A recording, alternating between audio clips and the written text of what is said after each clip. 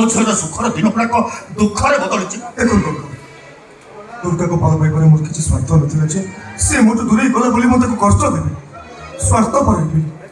ସେ ମୋ ପାଖରେ ଥାଉ କି ନଥାଉ, ମୋ ଆଖି ଆଗରେ ସେ ଥାଉ କି ନଥାଉ, ମୁଁ ତାକୁ ସେମିତି ନିଃସ୍ୱାର୍ଥପର ଭାବେ ଭଲ ପାଇବି। ତମେ ଏଠୁ ଚାଲି ଯାଅ, ତମ ସ୍ତ୍ରୀ କି ନେଇ ତମେ ସୁଖରେ ସଂସାର କର।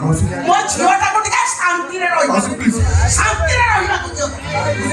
ଅନେକ ଦିନ ପରେ ମୋ ଝିଅର ଜୀବନରେ ସୁଖର ସୌନ୍ଦର୍ଯ୍ୟ ଆସିଛି। ସେମିତି କୁହନ୍ତୁ। ତମେ ତା ଜୀବନଠୁ ବହୁତ ଦୂରକୁ ଚାଲିଛ। ତମେ ଯଦି ପ୍ରକୃତରେ ଦୁର୍ଗାକୁ ଭଲ ପାଉଥିବ, ତାହେଲେ ସେ ଦୁର୍ଗାର ନିୟମ ଏ ଘର ଚାଲ। ତା ଜୀବନଠୁ ତମେ ବହୁତ ଦୂରକୁ ଚାଲିଛ, ବହୁତ ଦୂରକୁ ଚାଲିଛ।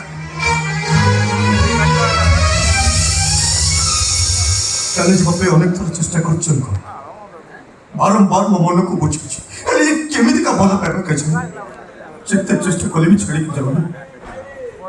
अरे वो गाड़ी स्टार्ट बंद करू तमे भी तो सडन घर भीतर चले आसला छे। তুই তাহলে ওইଠି ରହିବାକୁ ଚାହୁଁନି, ওইଠୁ ଚାଲି ଯିବାକୁ ଚାହୁଁ। तमे एठी रहइबाको चाहुन ना मो सह रहइबाको चाहुन? ସତ କହିବାକୁ ଗଲେ ଦୁର୍ଗା ଚୌକରେ ରହିବ, ମୁଁ ସେଠି ରହିବାକୁ ଚାହୁଁନି।